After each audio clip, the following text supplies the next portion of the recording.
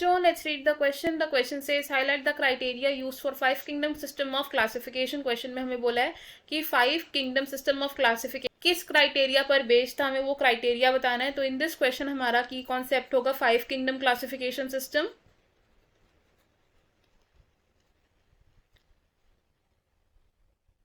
5 kingdom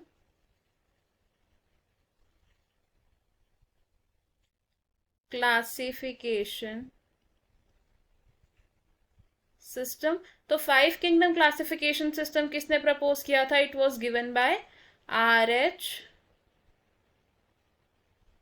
Whittaker. और ये 5 kingdoms कौन से थे? These were kingdom Monera, kingdom Protista, kingdom Fungi, kingdom Plantae and kingdom animalia.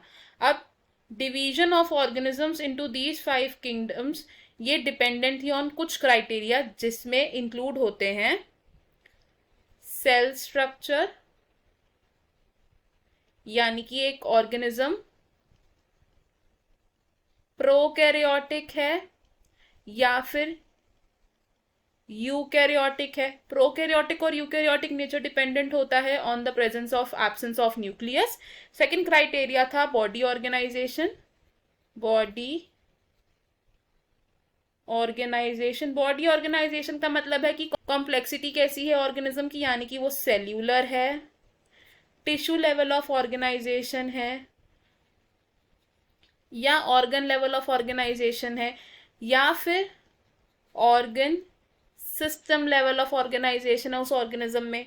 Next criteria was the mode of nutrition. Mode of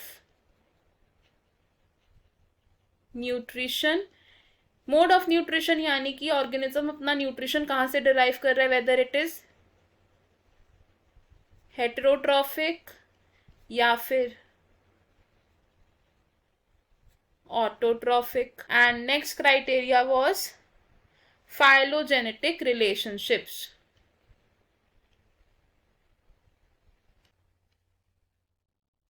Phylogenetic relationships में include होते हैं the evolutionary aspects, यानी कि एक ऑर्गेनिज्म किस तरीके से इवॉल्व हो रहा है. सो हमें हमारे क्वेश्चन का आंसर मिल गया. हमने डिस्कस किया about the criteria used for 5 kingdom system of classification. I hope you have understood it well. All the best. Thank you.